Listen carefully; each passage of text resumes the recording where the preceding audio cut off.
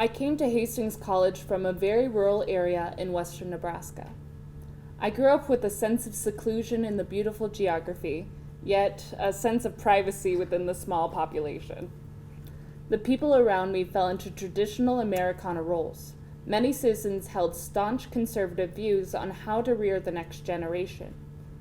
Growing up as one of the very few females in a dominantly patriarchal family, I began to take note of the distinct differences in etiquette the males versus females were treated with.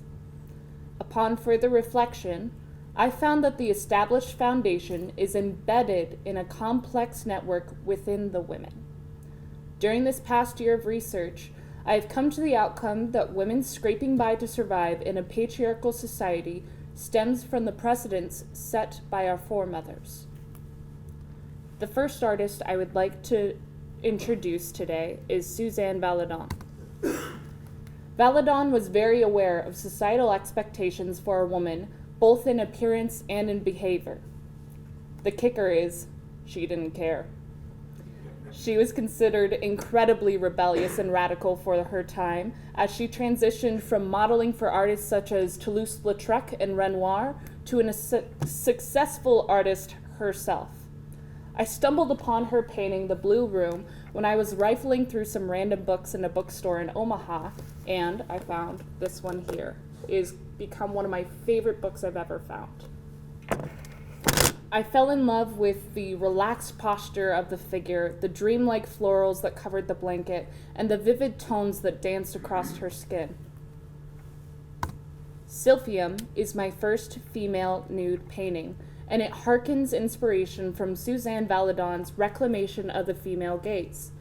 This piece stemmed out of my own miniature act of rebellion as I voiced my political beliefs with my art for the first time. This past year, the Supreme Court overturned the 1973 court case Roe v. Wade. Women have been stripped of their right to body autonomy.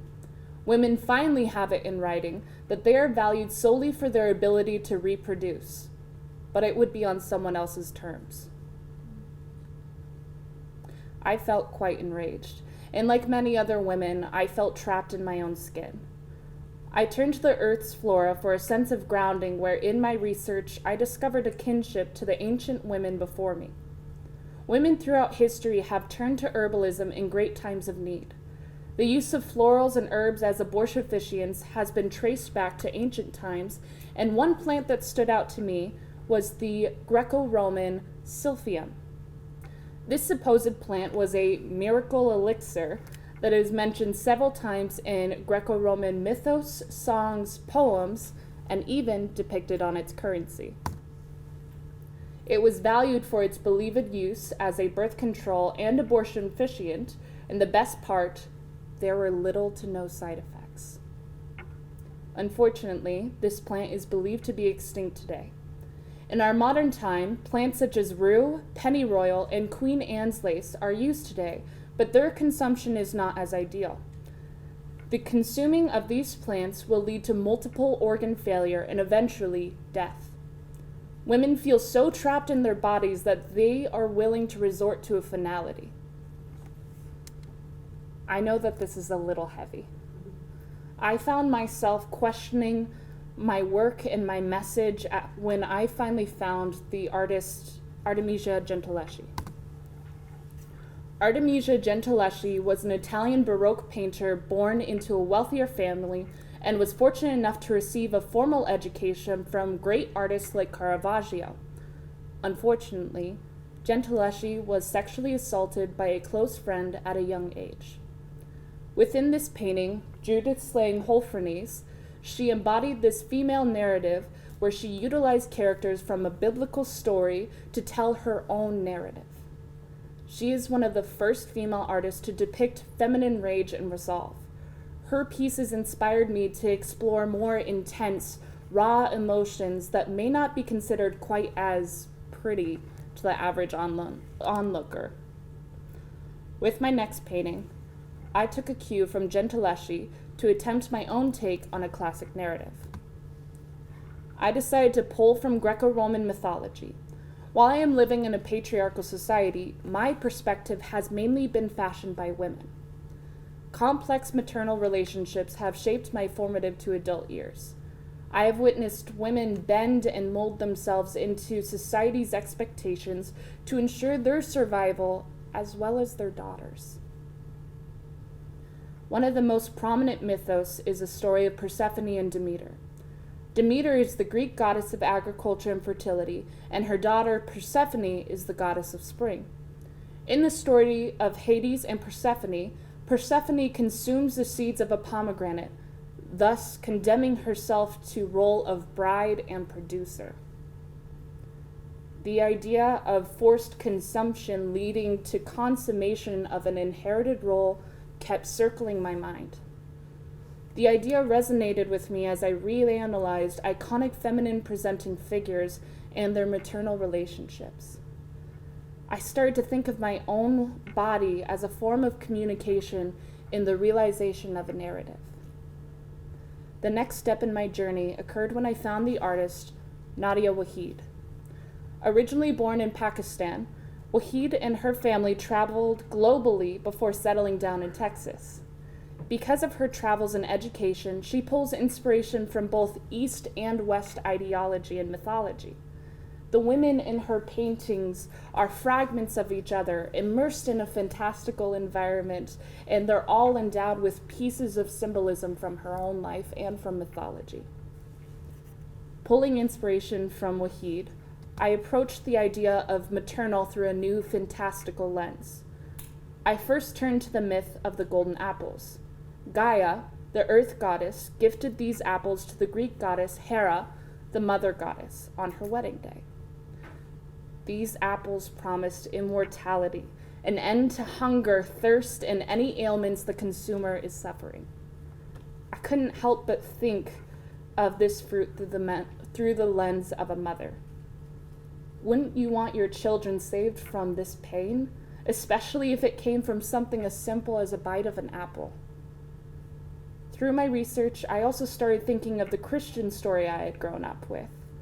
The tree of knowledge and temptation, the fall of man, and of course, the forbidden fruit. What if the fruit were already rotted? Would you reap the same harvest when the land is already sown with discontent? I am by no means the first artist to express the female narrative by employing my own image. On the left is Hannah Wilke, one of the first artists to use vaginal imagery and employ her body to reflect on the pleasures and pains of the female experience. I also look to Cindy Sherman, the one on the right, a photographic artist who created female characters and caricatures. Her work sparked conversations about feminism and, most importantly, the representation of the female image. I started to really think about what were the key components of my paintings. What did I really want to drive forward to the viewer? Then, I finally came across the artist, Marlene Dumas. Dumas is a South African neo-expressionist artist whose control of color and gaze of the subject is absolutely beautiful. Eyes have always been one of the first things that I focus my paintings on, and I feel that they truly embody who that person is. But something was still missing. While eyes can convey connection, there was an integral component I couldn't quite pin down. Then I came upon this quote that Dumas said in an interview. "Painting is about the trace of the human touch," she has said. "Touch is a vehicle, a medium in itself to understand, feel, and create with the fluidity of all relationships." I came to the conclusion that hands are an extension of our intentions and deepest emotions. They connect in the world with a more intimate way than any other body part. Our hands are the most raw and animated expression of our human experience. With this in mind, I turned my thoughts to the idea of nurturing and behavioral psychology. I wanted to think about what influences our matriarchs and society may have had in a child's formative years. When I first came to Hastings College, I was set on pursuing a career in education. As such, I As such, we studied nature versus nurture through the lens of learned versus taught behaviors. Learned behavior happens when the subject naturally adapts to the environment to ensure its survival. It's made through simple observations. Taught behavior occurs when there is an imposer actively teaching and training the subject. Women as a collective have adapted through both learned and taught behaviors for survival in this society. This made me really reflect on my own childhood, and a key memory popped up when I was rifling through one of my jewelry boxes at home. I pulled out my great-grandmother's costume jewelry, and in my hand I held a set of pearl earrings. When reliving this experience with an outside eye, I remembered how I wanted to be a proper lady, with real pearl earrings, necklaces, gloves, and makeup. I needed to get my hair all dolled up so I could look real prim and proper. I needed this structure within what should have just been play. Play is the freest form of self-expression for a child's formative years. There should not be a role to fill. I then started looking at the details of the memory. The pigtail hairstyle, the makeup, the pearls. While pigtails and messy makeup on a child convey innocence and a humorous image, there is also the modern sexualization of that innocence with pornographic iconography and the persona of naughty schoolgirl. I started to think of my family's history of hunting, specifically snares and traps. When an animal is placed in a snare, it often panics and hurts itself more in the process in its futilest attempt to break free. I then turned to the pearls.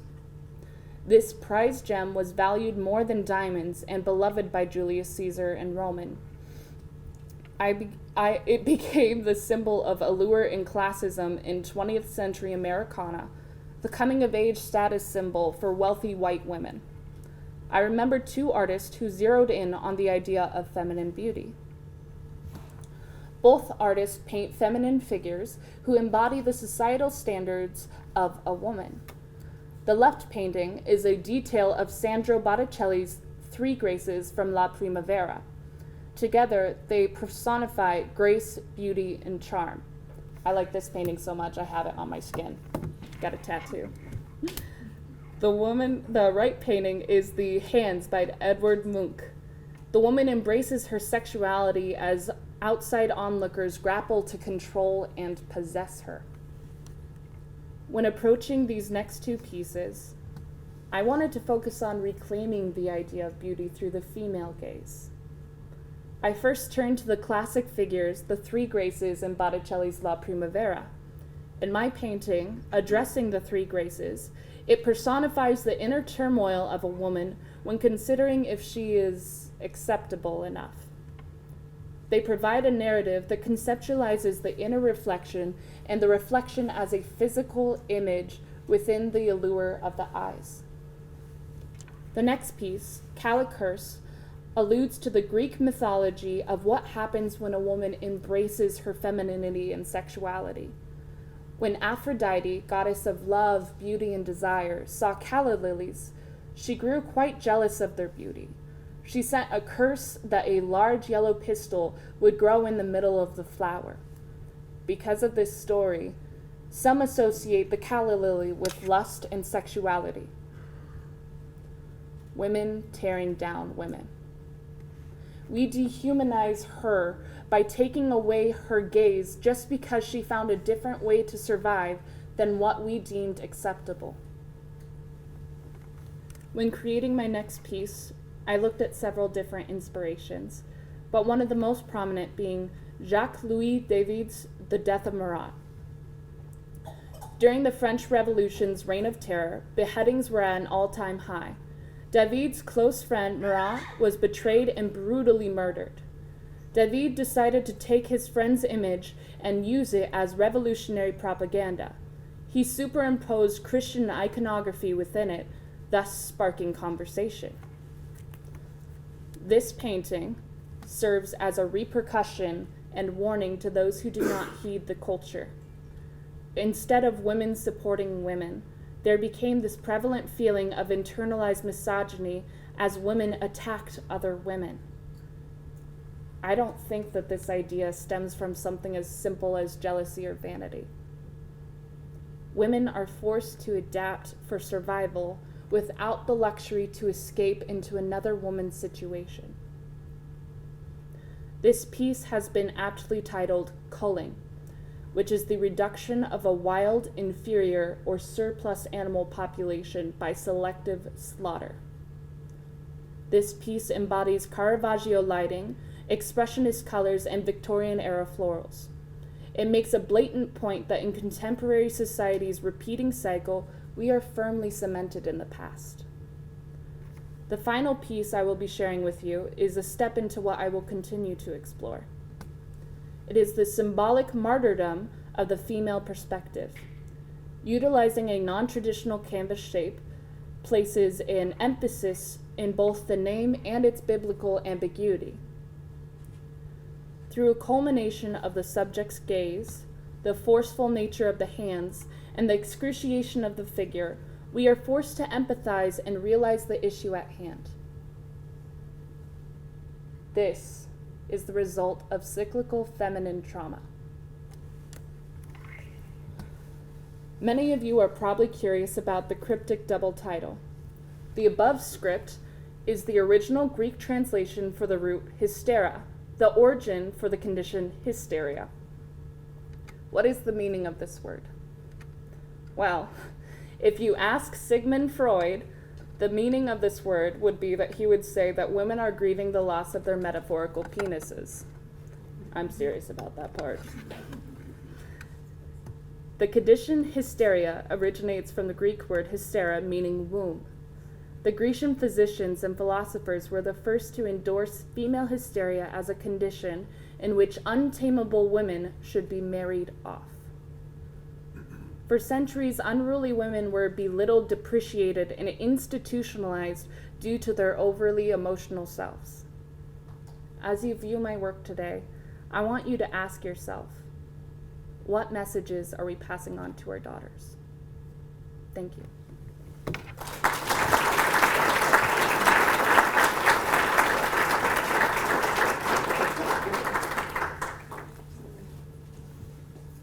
I'm sure Cassidy has instilled a lot of questioning in all of our brains right now. If you would ask her some questions. I noticed that you pulled a lot from Greek mythology, and even with the title of it, pulling from Greek language. I was wondering what led you to make this connection and bring this focus. Yeah, absolutely. So a big part of my work is I find it easy for me to kind of communicate my own complex relationships through Greek relationships. I've had a very push and pull relationships with some of my family members or just with society in general, and I think that those myths are the most approachable for everyone. They're such a big Western civilization thing that we have to learn since like 4th grade. We all read the Odyssey. So it's recognizable, but I feel that it's still such a prominent thing for me to kind of pull from, if that makes sense. Is there any particular catalyst that led to you wanting to communicate these things? Would you pinpoint it, or is it a selection of things, or how would you define your catalyst? That's a good question. That's a good question. I started thinking a lot about my childhood and about what I would want to pass on if I had a daughter. This last year I was also diagnosed with endometriosis, and I don't even know if it's like possible for me to have kids. So it was just that idea of passing on a legacy and what I would want to instill to other women in my life. I noticed that all of your paintings are very warm toned, and I wanted to know like what the specific meaning behind all of the great red tones. Yeah, absolutely. One, I love them. They're pretty. But also, part of it is just paying homage to some of the original Italian painters, especially Baroccan. that's my favorite time period. A lot of their washes underneath would be burnt sienna. So I actually started with Silphium. It started out like super just sparingly, and I kept it that burnt sienna. And then as I moved forward, I started looking at more expressionist painters. And most of them will take like the tiniest bit of a color, that if they see like a tiny bit of purple, they will just slap bright purple there. And so I kind of like that play with how bold you can make those colors. Does that make sense? Yes, sorry, Jossie. Out of your paintings, what was the most challenging for you? Hands. I did a lot of hands. So that was probably the most challenging. But also, I'm going to attribute Mr. Aaron Badham over here. Will you give a little wave, please? This man was with me through the most challenging part, which was the one that was crux, and it was on plywood. And I found out that I too struggle in the woodworking sense. So I implore him for putting up with all of my mishaps, including multiple staples in the wrong spots. Ivan? Yes, I know you mentioned a lot about, your focus on eyes and how they're able to convey so much, and I definitely see that in your work. They're very intense. It's like, what's really your process through making these eyes so realistic and convey so much? Good question. I don't know. I was always drawing them when I was little. I was the kid that drew eyes on like all of their homework. I think part of it is I separate things into shapes first, like very simplistic, and then as I'm going, I look at a real life reference, but at the same time I'm just trying to use those expressionist qualities that's pulling the deepest color that I can find and just making it super just obnoxiously loud. And as I'm going, I feel like I'm becoming part of that subject and part of that person. And a lot of it just is through a lot of practice and overpainting the mistakes. So, Emma? Yeah, so this is obviously a body of work that is very deeply rooted in feminism and in the continuation of feminine trauma. This is something that you said yourself just like 10 minutes ago. And I think that's a really interesting, so usually the narrative that kind of gets spread around is the sort of positive continuity with, women of the past, with our foremothers passing that down. So and you could have done kind of a variation on all of these paintings that is portraying, this continuous relationship between generations of women in a positive light. Mm-hmm. What made you decide to explore the violence? Good question. Part of that is Italian Baroque painters. They take the deepest part or the darkest part of an image and then they just make it super depressing. But another part, again, is just some of my own relationships have been difficult, and I started seeing some of my friends and their families were repeating that same cyclical trauma. If you have issues with your mother, you could actually trace it back further. I actually took time to do interviews with some of my maternal relations, and I got to learn about their history and what they believed what a woman was for their time and what expectations were placed on them as a mother. And I don't think they had ever felt okay to speak that out loud before. So it was just it was moving. It was a hard conversation because, sometimes you don't always see eye to eye, and they were from different times. So it was just really cool to get on the same ground and see why they are who they are. Thank you. Yep. Whoever. Jen? Well, Oh, sorry, Scott. I just wanted to follow on from something you said there. So, La Primavera, that means the first tree, right? Mm-hmm. So, obviously there's an element of secrecy and kind of the oppression there. So, would you say that ties into some of the reasoning behind why you wanted to make it so visceral and so loud and a lot of the imagery that you're displaying? I would say part of it. I would say that I could see parts of that.